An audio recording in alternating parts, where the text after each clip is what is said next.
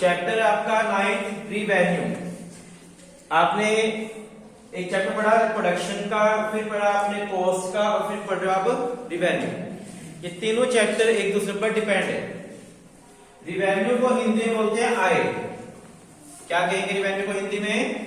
आय। ठीक है। रिवेन्यू का मीनिंग क्या होता है? नोट करो, सदर मीनिंग नोट करो। The amount received, revenue का मीनिंग क्या है? The amount received from the sale of goods. The amount received from the sale of goods.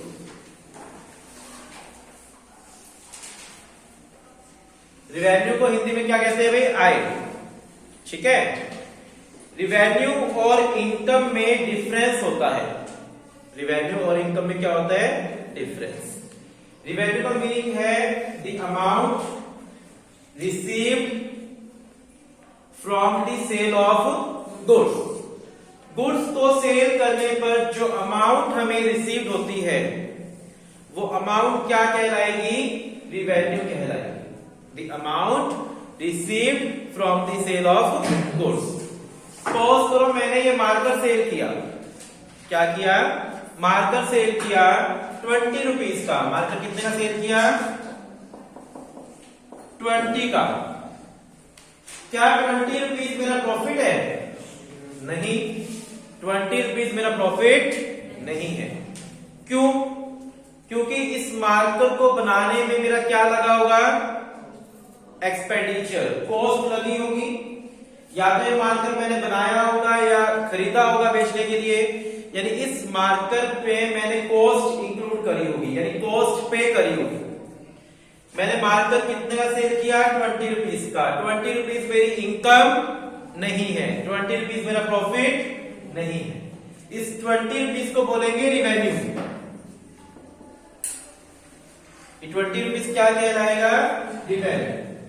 जो अमाउंट मुझे इस गुड को सेल करने पर रिसीव हुआ, दैट अमाउंट इज रिवेन्यू। इस मार्कर को मैंने परचेज किया, मेरी कॉस्ट आई 50 रुपीज। कॉस्ट कितनी आई? 50 रुपीज। 50 रुपीज मान लो मेरी कॉस्ट है। ठीक है। तो प्रॉफिट कितना हुआ? 5 रुपीज का। तो प्रॉफिट कैसे निकालते हैं? Revenue minus cost. रिवेन्यू में से कॉस्ट क्या कर दो? माइनस। रिवेन्यू में से कॉस्ट क्या कर देंगे? माइनस। तो हमारे पास क्या आ जाएगा? प्रॉफिट आ जाएगा। आगे बात समझ कि मैंने ये मार्कर सेल कितने में किया? 20 रुपीज। ये मेरी सेल वैल्यू है, मेरा प्रॉफिट नहीं है। इस मार्कर को मैंने बनाया होगा तो बनाने पर मेरा खर्चा लगा 50 rupees. That's my cost. Profit कितना होगा? Revenue minus cost equal to profit. ठीक है। रिवेन्यू का मीनिंग सब क्लियर है? क्या मीनिंग है रिवेन्यू का? बोले सारे लोग। The amount received from the sale of goods. जो अमाउंट हमें रिसीव हुई है गुड्स को सेल करने पर, that amount is called revenue. Revenue 3 type की होती है। First one total revenue. First one क्या है? Total revenue. मीनिंग लिखिए टोटल रिवेन्यू का। टोटल अमाउंट रिसीव्ड, टीआर का meaning total amount received from the sale of, total amount received from the sale of total goods. Total amount received from the sale of total goods. मेरे पास जितनी unit है, total unit जितनी भी है, उन सबको सेल करने पर जो टोटल अमाउंट रिसीव्ड होता है, that is called total revenue. Suppose करो मेरे पास मार्कर की 10 यूनिट्स है। कितने मार्कर है मेरे पास? 10 मार्कर है। ठीक है। 10 यूनिट्स। 1 यूनिट कितने की है? 20 की। 1 यूनिट 20। तो टोटल अमाउंट मुझे कितनी रिसीव हुई होगी? 200, टोटल अमाउंट मुझे कितनी रिसीव्ड हुई 200, that is called TR, total amount received from the sale of total output. मेरे पास टोटल आउटपुट कितना था, टोटल गुड्स कितने थे 10 यूनिट, इन 10 यूनिट्स को मैंने सेल किया कितने में 200 में, that is called total revenue. Total revenue का मीनिंग क्लियर हो गया। नेक्स्ट आपका एवरेज रिवेन्यू AR, पहले सारे डेफिनेशन लिखो फिर धीरे धीरे समझ आएगा। एवरेज रिवेन्यू, एवरेज रिवेन्यू क्या होती है, revenue per unit of output, revenue per unit of output. Average revenue क्या होती है, revenue per unit of output. 10 units को कितने में सेल किया, तो 1 यूनिट कितने की हो गई 20 रुपीज की। अब यहां पर थोड़ा सा कंसेप्ट समझना, ठीक है। ये क्या थी, ये क्या था 10 यूनिट्स टोटल यूनिट्स, ये क्या था 200 क्या था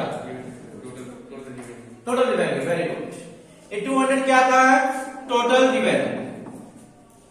ये दो चीज क्लियर है।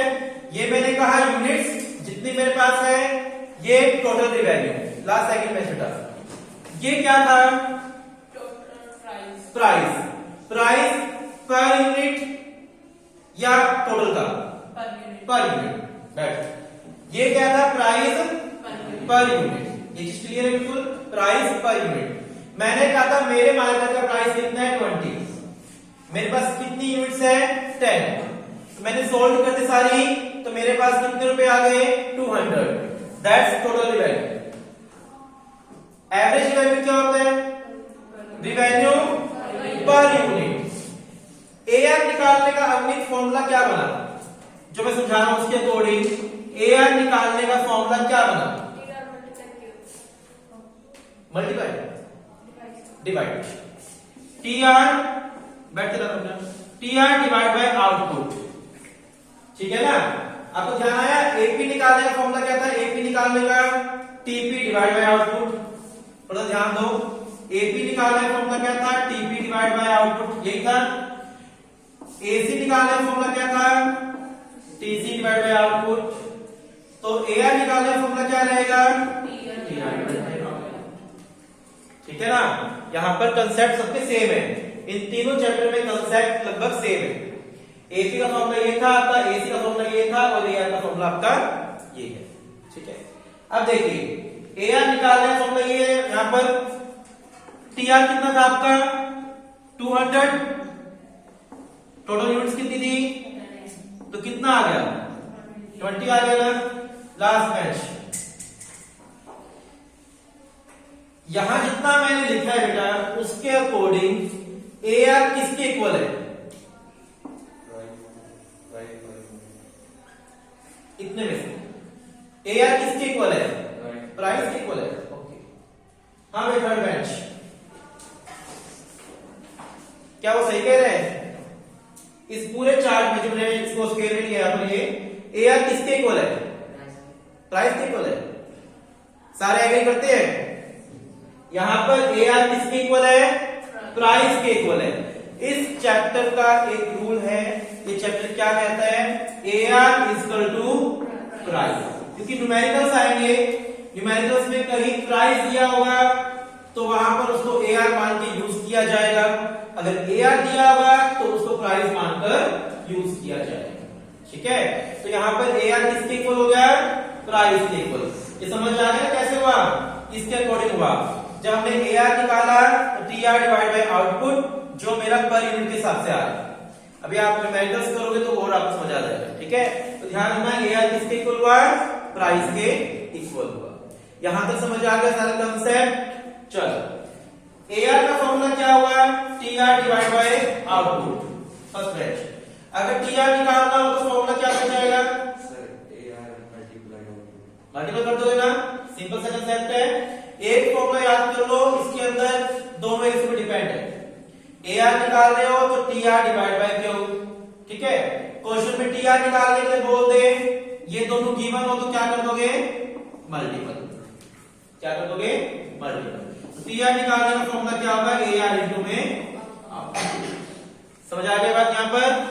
यहां तक कोई डाउट है किसी बच्चे को बोलोगे? अगर किसी को रिवेन्यू का मीनिंग समझ ना आया हो, TR का मीनिंग, AR का मीनिंग और last MR। What is MR? Meaning क्या बनेगा, चेंज इन TR। नोट करो, MR का मीनिंग नोट करो, चेंज इन TR। बहुत ही छोटा सा चैप्टर है वाला और इजी बहुत है। Change in TR due to change in sale of output. Change in TR due to change in sale of output. TR में चेंज होना आउटपुट की सेल में चेंज होने के कारण। देखिए, आपने 10 यूनिट्स कितने में सेल करी, 200 में। कितने में सेल करी, क्या 11 यूनिट्स, क्या 11 यूनिट्स भी 200 में सेल कर दोगे? नहीं, कुछ एक्स्ट्रा लोगे ना, चाहे एक्स्ट्रा में 205 लूं, डज नॉट मैटर। लेकिन मैं 10 यूनिट्स 200 में बेच रहा हूं तो क्या 11 यूनिट्स भी इतने बेच दूंगा? नहीं बेचूंगा। 12 यूनिट्स और ज्यादा, फिर और ज्यादा, ऐसे ही होगा ना।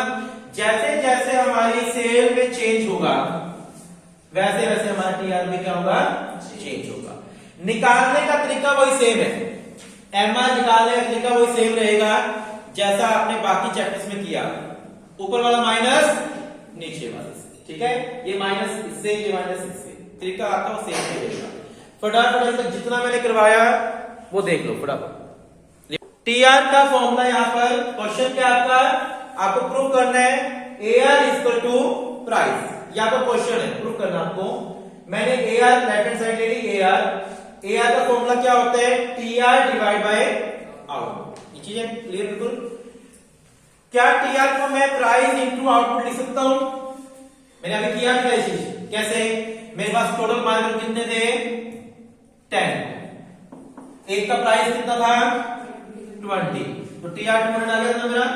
यानी मैं TR को P इंटू Q लिख सकता हूं। AR equal to P into Q upon में Q। मैंने TR की जगह ये लिख दिया, प्राइस इंटू में आउटपुट।